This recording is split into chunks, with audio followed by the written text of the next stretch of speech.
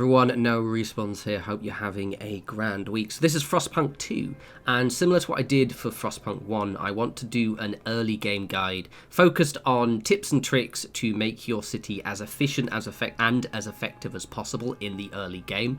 This is focused on people playing on normal, so this isn't a hyper hardcore high difficulty meta you need to follow. I just want it so when you guys are jumping into the game, you don't miss stuff, because this is one of those games that there's a lot going on here. There's lots of little bits you can do, and if you sort of don't plan ahead or don't be as optimized as possible right at the start, it can really affect you later on, because you've just sort of, it's like shooting yourself in the foot as you're jumping into the game.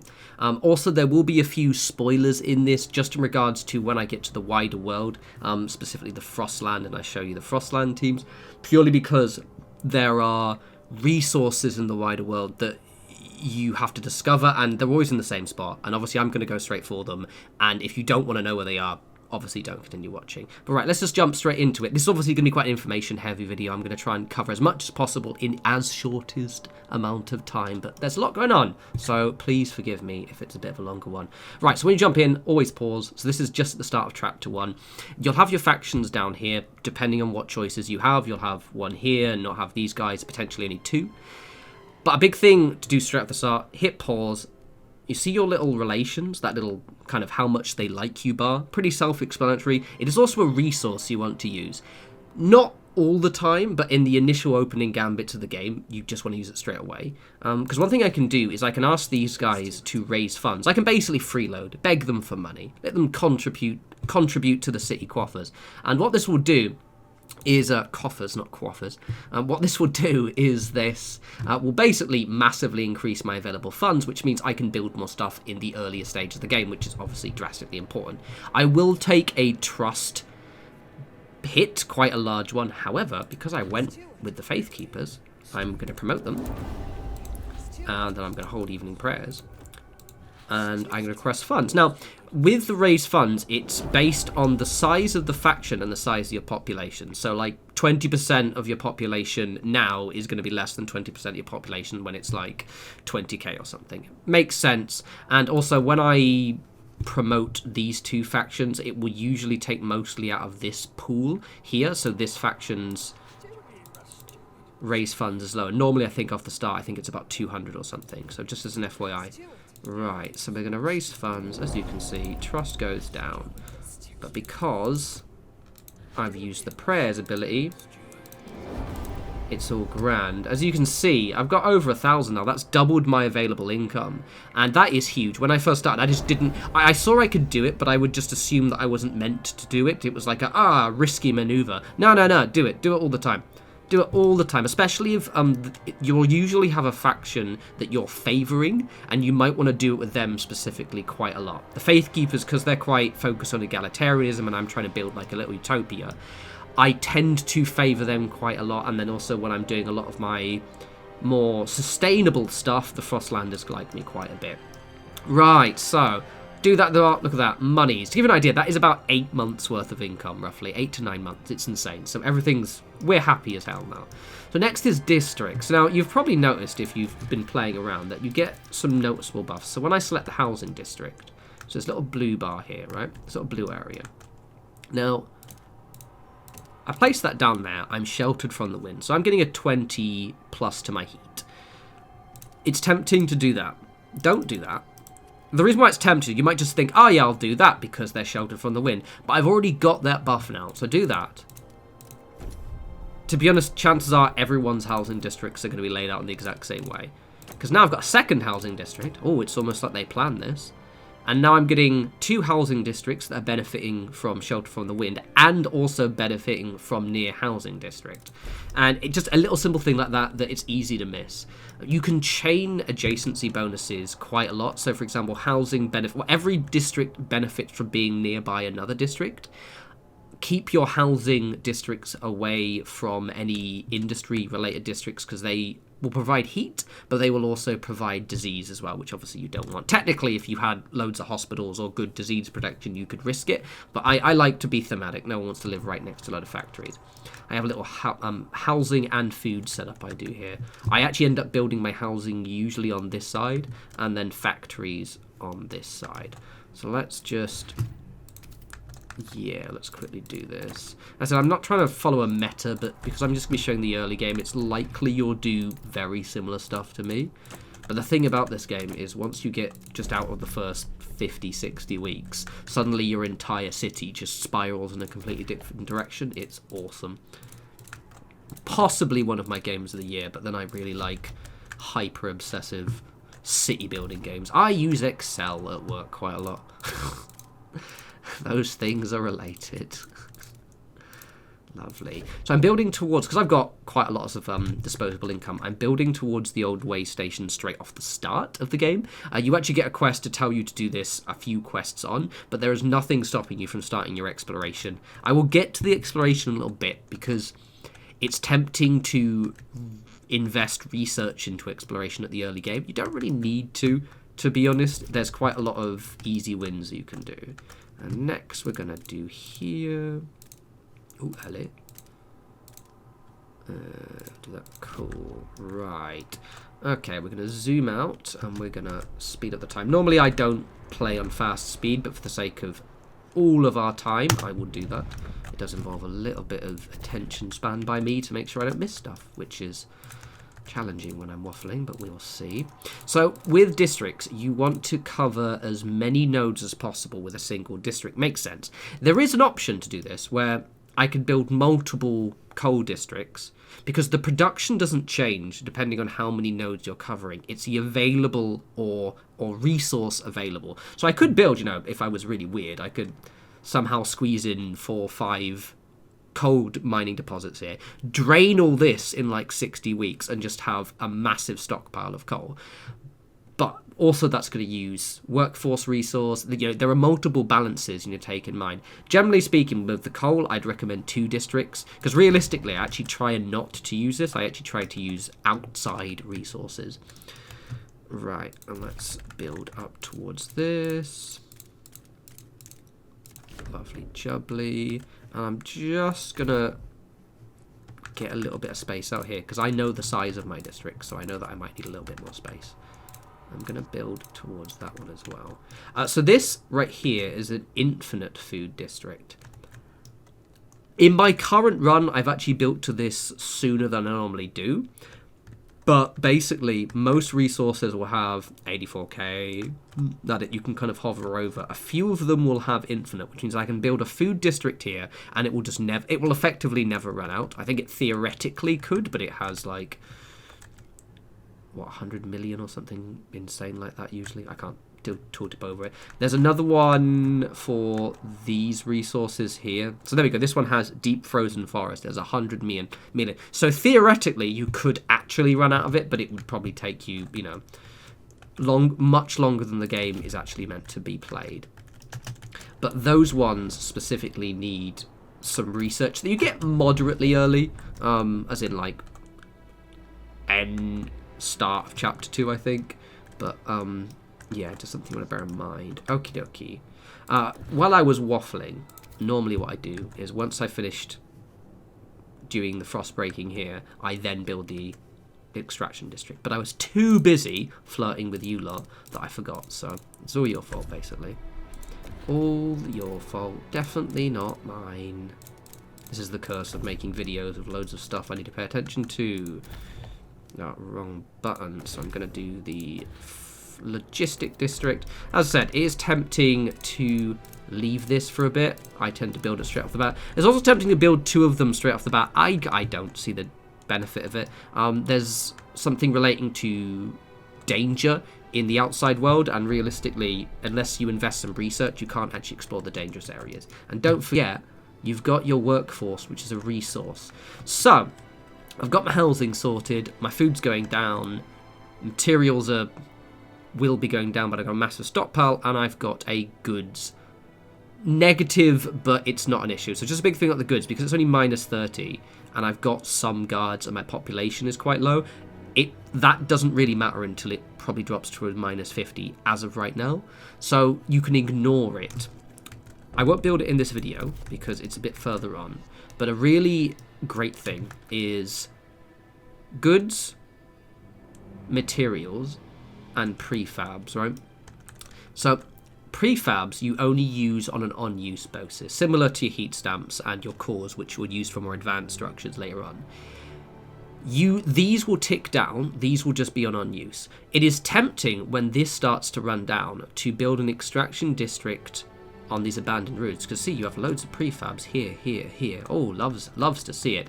It's a little bit of a trap, because this district here provides prefabs or goods, but you can very quickly research a factory, like the basic one, that will provide you with goods, and then you can choose it. So normally you select it, you build this, and you'll say, build prefabs or goods, but the factory will always produce goods. So you can just select it to prefabs, give you a nice little tick up of prefabs, and also build your goods. In my current run, I am just not building on these at all. So what I ended up doing, and I'm not going to do it now, but I'll kind of show you, I trace out this area here, and then I try and I basically do bum, bum, bum, bum, bum, bum, bum. So I have one extracting district that's moving towards this infinite frozen forest, and then I have an actual factory area here. And basically with these two, that's all I need for all of my materials, all of my goods, and all of my prefabs. I've only just in like week 300 and something built a second factory that just loops around the outside just to add me even more goods, and also, yeah, just my population is booming quite a lot. So just something to bear in mind, that the little prefab extractor's a bit of a trap. Right, anyway, so we were building some more cool funky districts. Super fun districts. So, food district here. Now, this district will eventually run out. It hasn't run out of my game, but it will eventually run out. I do eventually build the second food district there, but... Ooh, 1 second. Zoom out so I'm building things.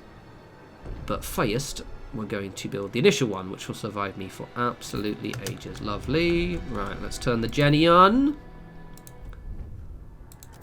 Absolutely love to see it. So we're getting a decent amount of coal in. So right, with the districts, right? The roads are all randomly generated. So if you're starting to get a bit annoyed with roads going all over the place, a good way to guarantee, or a little bit reliably encourage, shall we say, better road placement, is to build towards a district that it connects to. So what I do is, before I start expanding these, I make sure this is down, and I actually expand it a bit more. I had this whole thing where I got really annoyed that my roads were just so stupidly placed. It was really making me mad. So I tend to extract it. Now you may notice as well, I'm leaving some little space here. I'm planning ahead for hubs, and this is a really good way to just start stacking bonuses with these districts. See the hubs here, is they have a range of 2 tile circles around each hub. So what that means is that I can so I've got 3 districts, right? If I have 2 little tiles in the middle, I can comfortably get all 3 of them with both of these. If I have a third one, which is what I'm going to do, I will be able to get all 3 of them with that one, but I won't be able to get them with that one. I've played around with this a lot. I've never managed to get 3 little tiles and also cover 3. But basically, what I try and do is, as I'm building, once I've got my adjacency buffs, I try and deliberately leave just little empty bits as I'm going through. The reason being is that way I can future-proof for more fuel stockpiles. Because again, if I put a fuel stockpile here, and it's not giving me the buff because that's not fully built, but... actually not wrong one. That's because it's a fuel stockpile, not a food stockpile. So if it's the correct stockpile, and I get 3 tiles, I get workforce requirements. So it'll make that stockpile require less people working in it. And just trying to, once you've got your adjacency buffs, and you know exactly where you're building towards, so I'm going to get my adjacency buff from that, adjacency buff from that, and adjacency buff from that. I'm going to try and leave as many little circles, little hexagons I think they are, in the middle, so that way I can put my little heating hubs down, or whichever ones I decide to do. So let's, while that's doing, let's stop waffling and build that way. So I can just leave this area here because I don't really need it. One thing as well with all the districts expanding. So most districts can expand once, so they can go from 6 tiles to 9 tiles. The housing districts can be expanded twice, so they can double in size. They also change shape, so they go from a normal housing district to a dense one until a high-rise, so it looks quite cool. Right, let's zoom out. I could expand these a little bit, but I'm getting a decent amount of coal, so I don't have to worry so much. Turmoil is... Tension is... Oh, did I turn the Jenny on? No, I did. It's fine. Okay, it's diminishing. It's cool. Also... Oh, I haven't expanded yet. I have to expand the districts before I put the thing down, but we'll put the council hall down now. So if you look as well, requesting those heat stamps, asking for the funds right at the start, was essential because I would have ran out of money by now and I would have just had to have waited here. Ooh. Right, okay, so one thing that mildly annoys me is when you build the logistic district, it immediately pulls you back to the screen. I'm like, rude, I wasn't ready yet.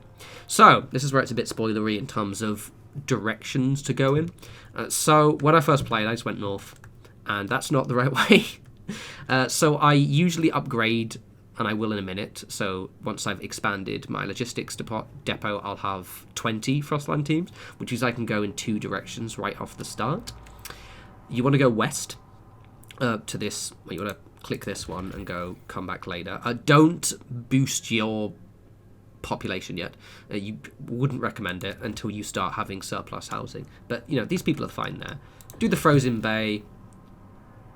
Launch an expedition. And then after I've expanded that, I'm going to launch expedition here. So this is where your resource you need to get is.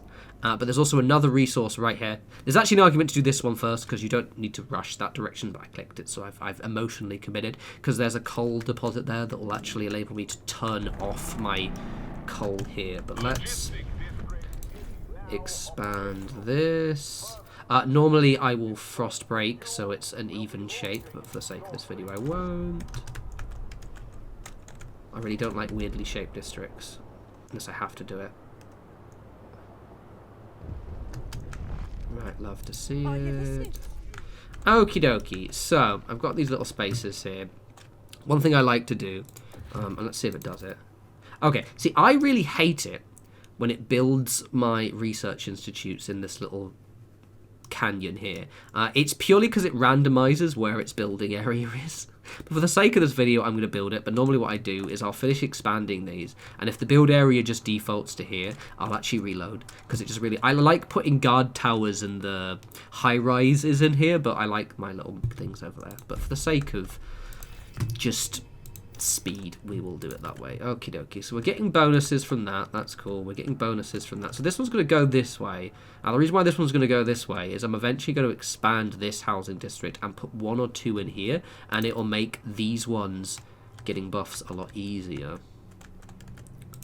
Loves it. And then yeah, we'll get that. Cool. Lovely. And then is this one already been expanded?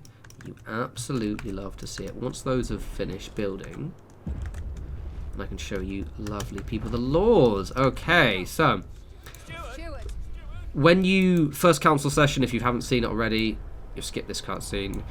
Instantly, I actually only realised recently that you can actually look around the council chamber and actually click on people. No idea, didn't realise. Anyway, so the first vote is a vote of confidence. You can probably comfortably just hit vote and it will probably go through if you're cheekily save beforehand, but there is a chance it'll fail and that will mildly annoy you. So for the sake of it, I like to negotiate. Now, with promises, I can promise on this screen, so I can make a promise here, and I can also promise on this screen here. Now, promises are an awesome way to boost your approval with these various factions. However, if I have a promise, so I'm going to demonstrate actually. Let's risk it. So I'm going to make a promise to the Frostlanders. So it passed durable goods. So I like durable goods. Durable goods is a great law to pass, which I'll show you in a bit. But let's say I'm like, I'm going to pass durable goods, right? Yay, so I've made a promise. The problem is now, because I've already made that promise while I knew I had a law I wanted to pass, even if I'm planning a law like in the next, period of time, and now I go to negotiate, I can't negotiate with the Frostlanders because I've already have an active promise. So make use of the promise, but basically always prioritize when you need it to pass a law, and if you're definitely not passing a law that you think you'll need help with, then generally speaking, before you do any resources or law passing, see if you can make a promise as well, because that way it'll just make someone happy. It's kind of a balancing act, but ideally you want to get as much as possible from every law and every piece of research you do, and adding in, kind of stacking on promises as well will just mean you're maximizing your reputation. So I'm going to have to get these guys helps. Okay, that's a bit of a crap one. It randomizes, so I don't like chemical additives. I'm not giving them mass-produced goods. So this is actually a pretty lame one. The best one, right? The best one. It's a great way. I'll show you in a sec. So let's just do this one. I chanced so I could have voted for that and not had to worry, but for the sake of it, I'm just going to do it.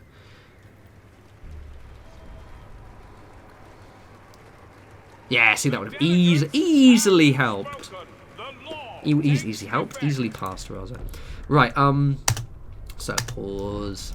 Right, so a cool thing you can do, right, later in the game especially, I always generally try and side mostly with the Faith Keepers and New Londoners in terms of egalitarianism and, kind of being smart, but in terms of, like, things like sustainability, I tend to side with these two factions here, because the fourth one will emerge in around week 50 to week 60. But as it gets later in the game, it's harder for me to please them. So what I do, because they're the smallest factions, a really sneaky thing you can do is grant agenda. But I would only grant agenda. What it does, it means the next law they will pick. But that's just, and they'll get an approval boost straight away. Now, straight away say, oh, thank you, and it's a great way to do it. Do it with factions that have really small sizes, because they'll just propose a law that has no chance of passing. You'll get the bonus, and you won't have to worry about it. It's very sneaky. Right, okay. Oh, wrong button. Okay. Lovely, lovely. Right, okay. Research. I'm gonna go over the various laws and the various research that I would recommend jumping towards right off the start. But basically, research. Look at this weak twist here. So the first research you'll be asked to do is the coal mines one. You don't have to do this. This isn't time-based. And the reason why that's important is you might want to do other things first. This gives you, you pick, which coal mine do I want to go to? And it basically sort of infers a little bit of your direction. I tend to go the dust coal mine because there are a lot of things I'm trying to be sustainable and not stupid. And like blasting coal mine just seemed really, really destructive and silly. But basically, I've got a load of coal in. I'm hunky-dory. I don't feel the need to jump straight in to getting the coal mine straight away. So what I often do at the start is I actually go down other research first. Just like, I usually do 2, because I don't want to leave it too long, because otherwise the quests won't progress. But I do a couple. Let's go over some quick ones I'd recommend. Housing insulation is good. Now, hilariously, asbestos lining, lol, probably not a very good long-term thing, but it's the only choice that you have. Now, this is another way of farming reputation and making the factions like you. So I have only one option, right? Often I might have 2 options, and very occasionally I have 3. I might even have 4. A great example of 3 is watchtowers, I believe. Okay, there is another one I think you can get. Yeah, there's a surveillance one with the I think they're called the Evolvist, whatever they're called. Those guys. Anyway, so basically, with these options, like, for example, so this one here, watchtower or watchtower, right? Now, even though I'm picking the same option, I'm picking that faction's suggestion. So what I want to do in this instance is say, for example, like in my run, generally speaking, the New Londoners like me quite a lot. Frostlanders like me, but sometimes don't like me when I start to do more, for example, progress-related stuff, and especially when I'm expanding my industry. So what I'll do is I'll make sure that I always pick their suggestion each time, because when this finishes, I will get a little bit of a reputation buff with that faction. It's a really, really easy thing to miss. A great example of how I missed it is in this section, the Frostland. Basically, you generally, unless you're just going for a thematic route, the Frostlanders and their offshoot faction, which will emerge, are always the better option, right? So I was always picking them. So what I was doing was I was going on the screen and just hitting research, and I was always buffing the Frostlanders, when realistically I wanted to do the other faction because they were harder to please. So this is just a little way for you to get reputation with the factions, and, as I mentioned earlier, if you tie it in with promises as well, suddenly, oh, I'm getting loads of niceness. Right, so let's just go over laws really quickly, because it occurs to me time and I've started a waffle. So, things that are really good to get in early vote. You have to do coal mine. Housing installation is just a quick one to make everyone happy. Everyone likes it, and it's just a net bonus. It just means that your housing districts are much better. Factories. Really, really, really, really good one. I like going salvaging factory. You do what you like. You can do whatever you like, my loves. The reason why this is grand is because I basically don't have to... Because I will put this factory in one of the red ones. So one of the industrial districts. And this will automatically provide me with prefabs. I'll just get 10 prefabs per week with the factory as long as I build it. I basically don't really need to build any extraction districts on these prefabs because I don't use them enough to justify it, and I'll end up still having loads, right? Really good one to get early on. The Frostland teams is a very good one, and what I would recommend if you're going... If you're struggling with areas to explore because everything is dangerous or deadly, research this one, and then immediately research this one, which will give you a law which reduces your danger rating. You have to pass it, obviously, so maybe some negotiation, but you reduce the danger without having to build a building, which is very handy. You will need skyways at some point, but not for a bit. City housing block is grand, and then you get a the Faith Keepers suggestion is really good for massively increasing your housing availability at the expense of a little bit of income. This one is insanely good, and it is a Faith Keepers one that materials demand is significantly decreased. It effectively halves it, and it's just one of those ones I would just recommend getting straight off the bat. Society... not necessary in more. They're good, don't get me wrong, but like they're not urgent. The hubs one is one of my favorites because you can completely ignore this and forget they exist. But hubs allow you to maximize efficiency. As we said, we were placing districts and kind of making sure we have little tiles to put things down, but they look cool as well. The air transport hub reduces, it doesn't actually tell you the percentage, I don't believe, but this reduces, as long as they're in 3 tiles, as long as 3 of the tiles are in the air transport hub, it reduces your workforce requirement by 15%, which, if you've got a couple of those and they're all getting 3 of your districts, suddenly you're effectively getting several districts extra available workforce. It's a really, really great thing. What other one? They're all cool. I like them. I like the hubs. Don't neglect the hubs. Those are the main ones. The laws are where it gets a little bit more time sensitive, and I'm going to try and resist spoilers. So, a lot of the way the laws work is that you won't have, as you can see, I don't have all of them available. These are relating to being authoritarian. I've never clicked them ever. Don't have any tips on you there. I'm lovely, obviously, as you can tell.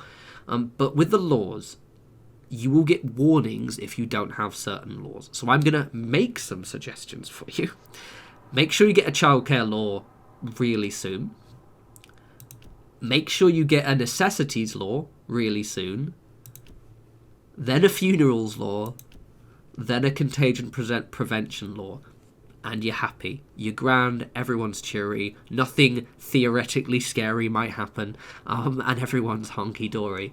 With the others, the laws I would recommend, city development effort is good. I like having a passive increase of prefabs. What's great about this one as well is the new Londoners will usually ask this for a promise really early on, so it's a great one to make them just happy, and it's like, yeah, I want that. There are other options as well, oops. And then another one, which I would almost go so far to say it's essential, to point I've never, ever chosen this, is durable goods. So goods demand per capita is slightly increased. This is a one for the Frostlanders to make them happy, at least in my run, because my other faction is the Faith Keepers. I have to negotiate to get this one to go through.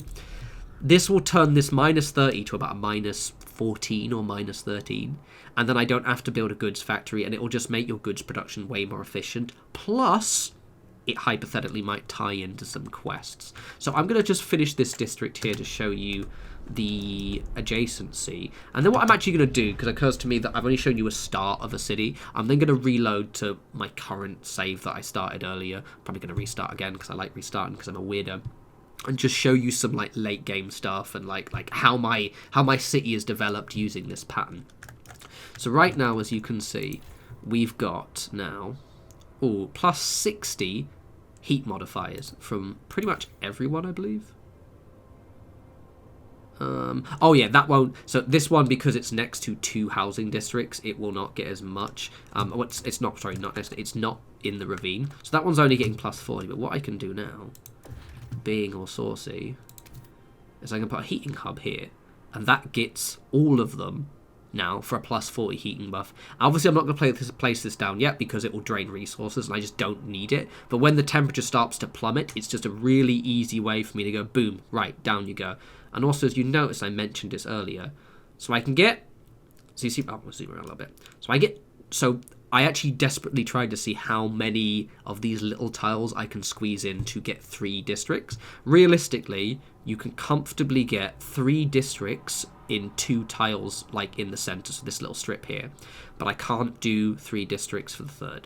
So what I usually do is put the 2 districts I need to boost these ones. So for example, I'll put the heating district there, and I'll put the air traffic one here. And then what I'll do is I'll put a food stockpile, say, here, because I only need to have that one near the food district to actually get the buff. But yeah, really, really recommend. It's just leave these little spaces. Leave spaces for your hubs. Yeah, we like that. We like that a lot. Right, so what I'm going to do, because I have waffled quite a lot. Just one more thing, because again, there's so much to consider in this game, is this little bit here. So effectively, everything goes into one of 6 directions: tradition, reason, merit, equality, and progress adaptation. Pretty self-explanatory, but this will start to have negative influence on the certain factions. And one thing I will point out with the factions is they're not as obvious as you might think. What I mean by that is the Faith Keepers aren't anti-science in the way that you'll expect, but also what you would think was the science faction, bit different. Would be the way they're more about adaptation science and meritocracy rather than necessarily. It's not as direct as I was expecting. Right, I'm going to jump ahead to, I think it's like week 300 or something, and I'm going to show you my more advanced set, and you can see how I've developed it and which directions I've gone in. One mo. Right, so here is my city. So I'm actually on not week 300, I'm on week 273. I'm doing pretty well. I tend to take my time. I haven't rushed. So we're in the bit where I'm starting to fill up my oil reserves and starting to upgrade my generator. But as you can see, I've developed quite a lot. So my big thing, and I mentioned my little industrial district area, I've now just recently added this one. As you can see, it's not an expanded district yet, but I'm getting quite a lot of goods already. And as you see, I'm getting 15 prefabs per week. But the thing is, because I'm not building that much, I haven't even touched these. And these prefabs are available. And also what I can do if I want, because I'm getting, 28. I can just switch this over to prefabs, get -3. That's 743 weeks. And suddenly my output is 27 per week. So I've honestly just completely ignored these now and focused. The reason why I like to ignore these is because they run out really, really quickly. Like, sorry, these ones, I'm assuming you knew where they are, these ones here. Because there's only like, 400, that's 1,200. That's going to go, that's like 6 districts. That's going to go really fast. I tend to build it, and I initially built that, and then I built my factories near it. But then I had to destroy that because it wasn't providing a buff. So I was like, I'm just going to ignore it completely. Later on, you will unlock the ability to harvest the more long-lasting resource. So I've got this thing called a deep mining drill. This required one of my cores, but it meant that this will never run out. Like, that deposit at the top, the wood remaining will. But this one's just got 200 million, and it's going to last 113,000 weeks. So theoretically, if I was that obsessive, I could run out, but I don't have to worry about this anymore. And as you can see, it's not even maxed out yet. If I turn out maximum, I get so much. Right. My food district here, I haven't actually even placed, because I'm just about to get to the point where the temperature starts to plummet quite a lot. But as you can see, so I'm getting plus 80. I haven't actually done any of the extra hubs yet, but I've got a nice little district here. I did eventually expand to this one here because there's another infinite node. 200. I need a deep mining drill, so I need to get on that, actually. Thank you for reminding me, everyone. I will get on that after this video. I need to put the deep mining drill, but it's fine because I've got cores. So eventually that will be similar to that one. I've got all of this wee little space here. I've actually got quite a lot for hubs, so I put, in this instance, I put all this little strip here. I've got so much I can do. I must admit I didn't do it for these ones because I knew this one was stripping around here and it couldn't connect. I've actually left all the space at the top instead. But for this part, because I'm doing within 3, I've done that. I've got my 3 logistics districts. And again, I think I've only just upgraded one of them recently. Yeah, so I've only quite literally just done the survivalist headquarters, which will allow me to reduce the danger a little bit. Something, again, when you're exploring, the one tip I would do for just a little bit of advice is that if you just follow the directions I've pointed out, keep trying to explore places that are safe first, because you can explore quite a lot before you then go to the dangerous places. And the reason why that's good, or then maybe someone will turn around and go, actually, if you go completely south, you'll find this glorious Garden of Eden. But basically, that way you can then spare your research towards more efficient things. And I'll quickly go over my laws and stuff, some of the things I've done. I have my egalitarian lovely place. So I've generally good ones that are quite good. That was the housing one I've mentioned. That just massively increases it. All do city maintenance is so good.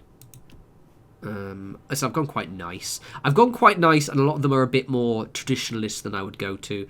Get a childhood. I always do mandatory school, even though I could do the more faith keeper one, just because in my brain I'm like, no, they want normal school. But I've only just gotten to the point in my run where I'm going to start heavily leaning into labour laws, and I think, yeah, relationships and parenthood. There's loads of fun stuff which I'm about to touch. But as you can see, my city's a really good place. Absolutely shed tons of coal. I'm just, as of now, filling up my oil stockpile. And even though the cold weather's about to hit, I've got all of these little areas to put down my hubs and generally counteract the massive drop in temperature. Anyway, hope that helped you guys out and gave you a few insights. Feel free to steal my little city design because it's so pretty. I just like staring at it, to be honest. I love the sprawl. As always, follow me on Twitter at norespawns. I will probably have another video on this, I think. I've been restarting constantly since it's released because I wanted to make sure I could provide you guys with the best information possible. And I'm at the stage now where I'm like, I actually want to play the game. So probably when I get to the latter stages of the game, I'll have different insights, hopefully that don't counteract this video completely. But yeah, until that point, you guys enjoy the rest of your week, and I'll speak to you absolutely fantastic bunch of reprobates soon. You take care.